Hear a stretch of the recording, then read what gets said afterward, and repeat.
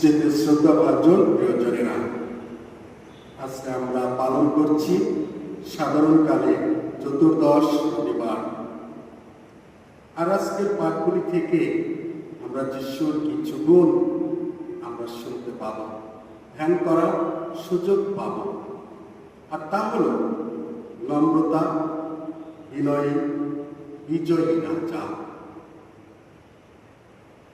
আর প্রথম পাঠে প্রবক্তা জাকারিয়া সুন্দর করে প্রভু যিশুর এই গুণগুলো আমাদের সামনে তুলে ধরেছেন।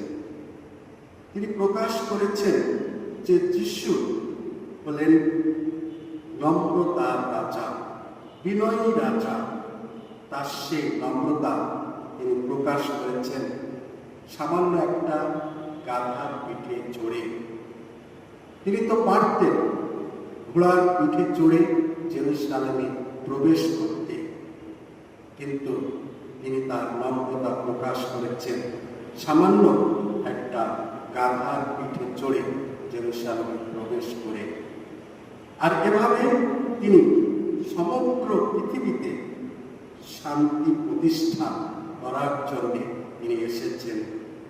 তিনি এসেছেন যেন সমগ্র পৃথিবীর মানুষ শান্তিতে বসবাস করে, পৃথিবীর এক প্রান্ত থেকে অপর প্রান্ত পর্যন্ত যেন তার শান্তি ছড়িয়ে পড়ে।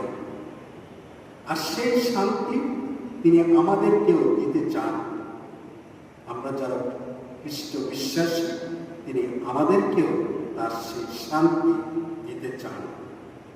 তিনি বলেছেন যে শিশুর মতো সরল হৃদয় যারা, তাদের কাছে তার সেই শান্তি, তার সেই স্বর্গরাজ্যের কথা তিনি প্রকাশ করেছেন। তাই প্রিয়জনেরা, একজন শিশুর মধ্যে এমন কি আছে যা প্রভু যিশু তার সেই স্বর্গরাজ্যের কথা জ্ঞানী গুণী ব্যক্তিদের কাছে প্রকাশ না করে সামান্য শিশুদের কাছে প্রকাশ করেছে। শিশুর মতো সরল হৃদয় যারা, তাদের কাছে তিনি প্রকাশ করেছেন। আমরা দেখি যে প্রভু যিশু যখন জন্মগ্রহণ করেছিলেন, তখন সামান্য রাখালদের কাছে তিনি আত্মপ্রকাশ করেছিলেন। প্রভু যিশু যখন জন্মগ্রহণ করেছিলেন, সেই নম্র 3 জন পণ্ডিতের কাছে আত্মপ্রকাশ করেছিলেন। আর এভাবে তার নম্রতা তিনি যুগে যুগে মানুষের কাছে প্রকাশ করে যাচ্ছেন। প্রিয়জনেরা, আজকে যদি আমরা একটু চিন্তা করি, গভীরভাবে ধ্যান করি, আমরাও কিন্তু একসময় শিশু ছিলাম। শিশু সুলভ মনোভাব আমাদের কিন্তু ছিল। সেই নম্রতার গুণ আমরাও কিন্তু লাভ করেছিলাম। কিন্তু দিনের পর দিন যখন আমরা বড় হয়েছি, তখন আমাদের মধ্য থেকে সেই নম্রতা আমরা হারিয়ে ফেলেছি। এর পরিবর্তে আমরা অহংকারী মানুষ হয়েছি। সেই বিনয়ী গুণ আমরা হারিয়ে ফেলেছি এবং নিজেদেরকে আরো আরো অহংকারী করে তুলেছি। আজকে যদি আমরা একটু চিন্তা করি সাধু পলের কথা, সাধু পল 2য় পাঠে সুন্দর করে বলেছেন যে তোমরা নিম্নতর স্বভাবটা নিয়ন্ত্রণে না, তোমরা পবিত্র আত্মার নিয়ন্ত্রণে।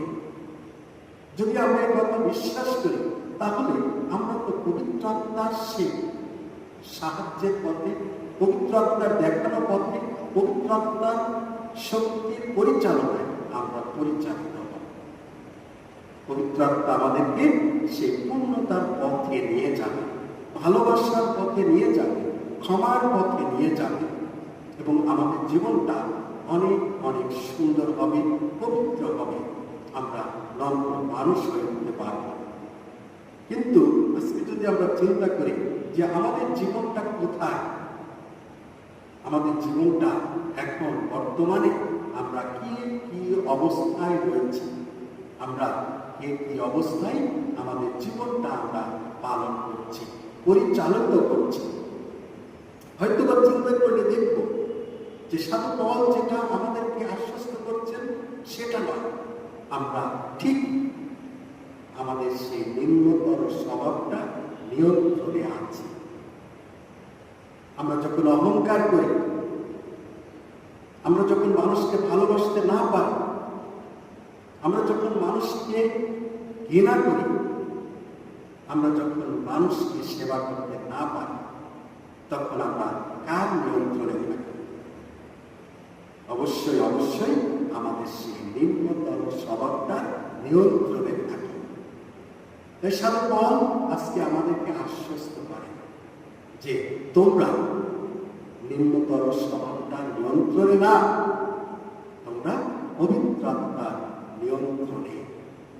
তাই প্রিয়জনেরা, আজকে এই সাধারণকালের চতুর্দশ রবিবারে আমরা নিজেদের কথা চিন্তা করি, নিজেদেরকে আত্মমূল্যায়ন করি যে আসলে আমার জীবনে সেই নম্রতা আমি কতটুকু ধরে রাখতে পেরেছি, আমার জীবনের সেই বিনয়ী মনোভাব আমরা কতটা প্রকাশ করছি, আমাদের জীবনে আমরা কতটা শান্তি আমার জীবনে বজায় রাখি, কতটা আমরা শান্তিময় জীবন যাপন করি এবং অন্যকে জীবন যাপন করাতে সাহায্য করি।